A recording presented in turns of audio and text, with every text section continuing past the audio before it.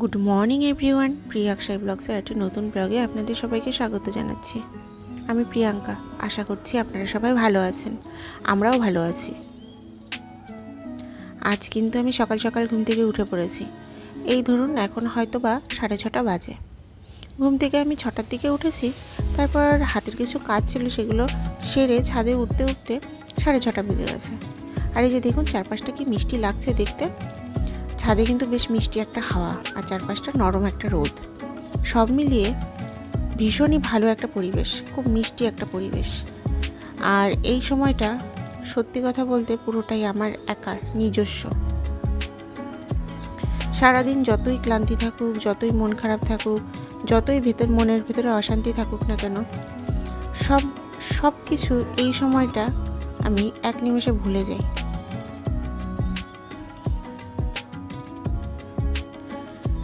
কাল রাতে পিথিবাবু তাড়াতাড়ি ঘুমিয়ে পড়েছে, আর কালকে রাত্রে পিথিবাবু বেশ ভালো ঘুমিয়েছে। সো তার ফলে যা হয়েছে, আমারও ঘুমটা কালকে বেশ ভালো হয়েছে। তো এই কারণে আজকে আমি সকাল সকাল ঘুম থেকে উঠে পড়তে পেরেছি।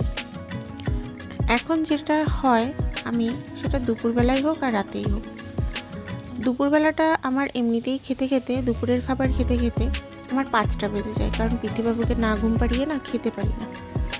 মা যদিও বা বলে আগে আগে খেয়ে নিতে, কিন্তু না, খাবার পরে না আর আমি ওকে নিয়ে নড়াচড়া করার ক্ষমতা তখন না থাকে না। তো পিথিবাবু ঘুমোয়, তারপরে আমার খেতে খেতে 5টা বেজে যায় রোজ দিনই। তো তারপরে হয়তো বিছানায় আমি এই 10 থেকে 15 মিনিট বা আধা ঘন্টার মতো শুই। তো ওই সময়টা না একটা যেটাকে বলে ভাত ঘুম, সেটা চলে আসে। এবার ওই সময়টা না আমি বুঝতে পারি না যে ওটা ঘুম থেকে ওঠার পর, ঘুম ভাঙার পর আমি বুঝতে পারি না যে এটা দিন না রাত। এবার রাতেও না একই ব্যাপারটা হয়, আমি না সকালবেলা ঘুম থেকে উঠে না বুঝতে পারি না যে এটা দুপুর না রাত, আর আমি কোন ঘরে আছি। যাই না হোক না কেন, সব মিলিয়ে এখন আমি বেশ ভালোই আছি। একটা সময় এমন ছিল, পিথিবাবু আমার জীবনে আসার আগে একটা সময় এমন হয়েছিল, সারা রাত ঘুমোতাম না, সারা রাত জেগে থাকতাম আর আজে বাজে চিন্তা করতাম আর শুধু কাঁদতাম। জীবনটা না এতটাই জটিল হয়ে গেছিলো, সেই জটিলতা কাটিয়ে অন্ততপক্ষে আজ যাই হোক ঘুম আসতো না। এমনও হয়েছে যে ভোরবেলা সূর্যের আলো ফুটছে, পাখি ডাকছে, আমি কেঁদেই চলেছি। এরকম করতে করতে হয়তো একটা সময় একটু কিছুক্ষণের জন্য চোখটা বন্ধ হয়ে আসতো, তারপর আবার ঘুম থেকে উঠে না, ঘুমটা যেই পুরোপুরি ভেঙে যেত, তখন না আর বিছানা ছেড়ে উঠতে ইচ্ছে হতো না, কারণ ওই হালকা একটা ঘুমের মধ্যে যে স্বপ্নগুলো দেখতাম, সেই স্বপ্নগুলো বেশ ভালো থাকতো। তো ও মনে হতো কি যে আমি না ওই পরিবেশটাতেই থাকি, ওই স্বপ্নের ওই পরিবেশটাতেই যেন থেকে যাই, আর আমি এই বাস্তবতার মধ্যে না ফিরে আসি। তো এরকম করতে করতে দুপুর 12টা 1টার সময় আমি বিছানা ছাড়তাম। কিন্তু এখন যেটা হয়, আমি না নিজের কথা ভাবার সময়ই পাই না। আর আমি সত্যি কথা বলতে এখন আর আমি নিজের কথা ভাবিও না, এখন ভাবি শুধু পিতৃবাবুর, আর পিতৃবাবুর পেছনে সারাদিন যেভাবে লেগে থাকতে হয়, এসব আজে বাজে চিন্তা আর মাথায় আসে না। সব মিলিয়ে একদিক দিয়ে ভালোই হয়েছে, যা হয় তা মঙ্গলের জন্যই হয়, কথাটা কিন্তু সত্যি। আর এই যে দেখুন কত পাখি, আর এই যে এই প্লেনগুলো দেখছেন, আমাদের বাড়ি না এই এয়ারপোর্ট থেকে খুব বেশি দূরে না, খুব বেশি বলতে তাও ধরুন এখান থেকে আধা ঘন্টা, 1.25 ঘন্টার মতো লাগে যেতে এয়ারপোর্টে। তো সেই কারণে এই প্লেনগুলো না খুব ভালোভাবে দেখা যায়, মাঝে মাঝে তো আরও অনেক কাছ থেকে দেখা যায়। আর একটু পরপরই না এই প্লেনগুলো থাকে। আর এই যে দেখুন, কেউ এত সকালে ঘুম থেকে উঠে পারেনি, সবার বাড়িতেই এখনো তালা ঝুলছে। আজ কিন্তু যথারীতি ভালো রোদ উঠেছিল, খুব গরমও পড়েছে আজকে, যদিও বা সন্ধ্যের পরে একটা মিষ্টি হাওয়া দিচ্ছে।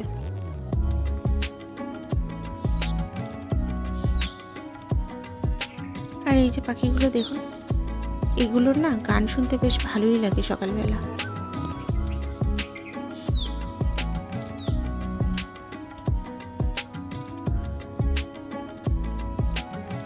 আর ওই যে দেখছেন, ওটা কি পাখি আমি ঠিক জানি না, তবে জোড়াভাবে বসেছিল তো বেশ ভালোই লাগছিল দেখতে। আর এই যে আমি ছাদ থেকে নেমে সমস্ত কাজ সেরে ছাদে উঠে পড়েছি স্নান করে পুজো সারতে। আর এই যে আমার পুজোও কমপ্লিট। আজকে না তুলনামূলক অনেক কম ফুল ফুটেছিল, বলতে গেলে জবা ফুল একটা দুটো ফুটেছিল যাও, কিন্তু মা না ফুল তোলার সময় সেটা তোলেই নি। আমি যেদিন ফুল তুলি সেদিন আমি সব ফুলই তুলি মোটামুটি, কিন্তু মা যেদিন তোলে তো সেদিন না সব ফুল তোলে না নাকি দেখে না, আমি ঠিক এটা বুঝতে পারি না, কিন্তু মা সব ফুল তোলে না। তো এখন আমি পুজো দিতে এসে দেখছি যে সে জবা ফুলগুলো তোলেনি। আর এই যে দেখুন উচ্ছে আলু ভাজা, এটা আমাদের দুপুরবেলার লাঞ্চ। এটা এখন মা রান্না বসিয়ে দিয়েছে।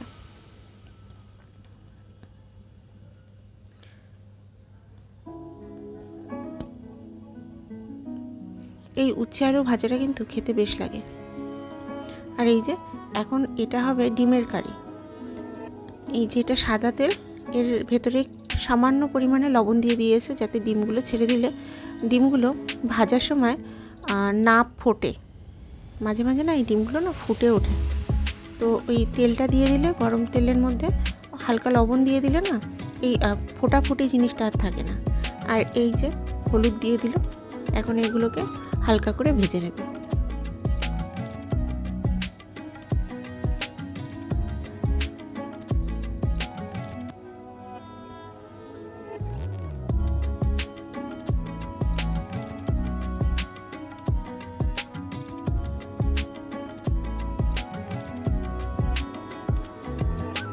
আর এই যে ডিমগুলো ভেজে নিয়েছে, এখন এই যে কেটে রাখা এই আলুগুলো কিন্তু না হালকা সেদ্ধ করে নিয়েছে মা। এবার এই আলুগুলোকে হালকা করে ভেজে নিচ্ছে।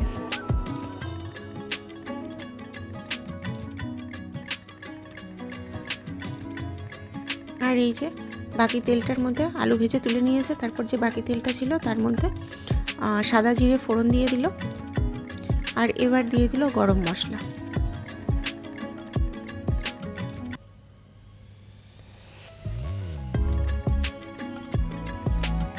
আর এবার কেটে রাখা কুচি করে রাখা কাঁচা পেঁয়াজ দিয়ে দিল।